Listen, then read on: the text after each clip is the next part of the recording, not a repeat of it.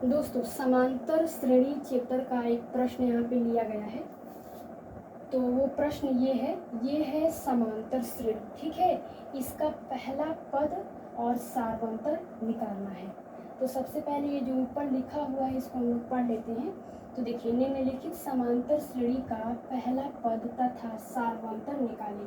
दोस्तों इस समांतर श्रेणी का पहला पद और सारवंतर निकालना है। तो सबसे पहला प्रश्न क्या है कि इसका पहला पद निकालना है। तो पहला पद निकालने के लिए सबसे पहले ये देखिए, इस समांतर श्रेणी में बहुत सारे पद आप लोग देख सकते हैं। जैसे कि ये है पहला पद, तो इसको मान लीजिए A1, ये है दूसरा पद, ये है तीसरा पद, ये चौथा पद और ये पांचवा पद। ऐसे ही आगे करके इसके पद आते जाएंगे। तो ये है दूसरा पद, तो इसको मान लीजिए A2, इसको मान लीजिए A3, इसको मान लीजिए A4, इसको मान लीजिए A5 और भी आगे आते जाएंगे। तो A6, A7, A8 हम लोग मानते जाएंगे। तो अब पहला प्रश्न है कि पहला पद निकालना है। तो देखिए, पहला पद निकालने के लिए 2, हम लोग को पहले क्या दिखाई दे रहा है, 2 ना। तो यही 2 जो है इस समांतर श्रेणी का पहला पद है। तो हम लोग ऐसे लिख लेंगे, पहला पद यानी A1 बराबर क्या मिलेगा, 2। तो पहले प्रश्न का तो जवाब हो गया 2, पहला पद 2 है। अब दूसरा प्रश्न इसी में पूछा जा रहा है कि सारवंतर निकालना है। तो दोस्तों सारवंतर निकालने के लिए बस एक छोटी सी समझदारी की ज़रूरत है।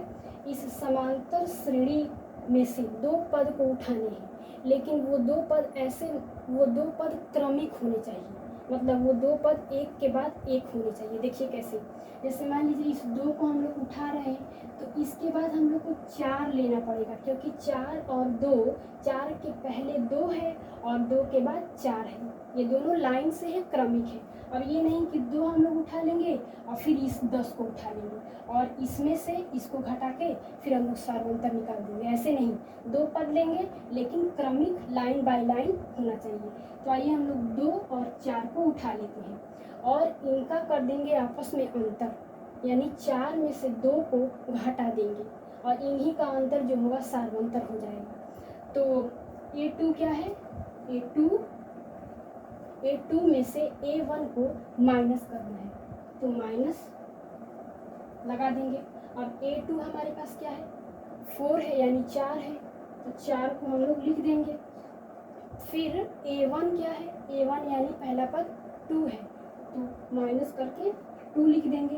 अब 4 में से 2 को घटा देंगे, तो जब 4 में से 2 को घटाएंगे तो क्या मिलेगा, 2, यानी ये 2 ही क्या होगा,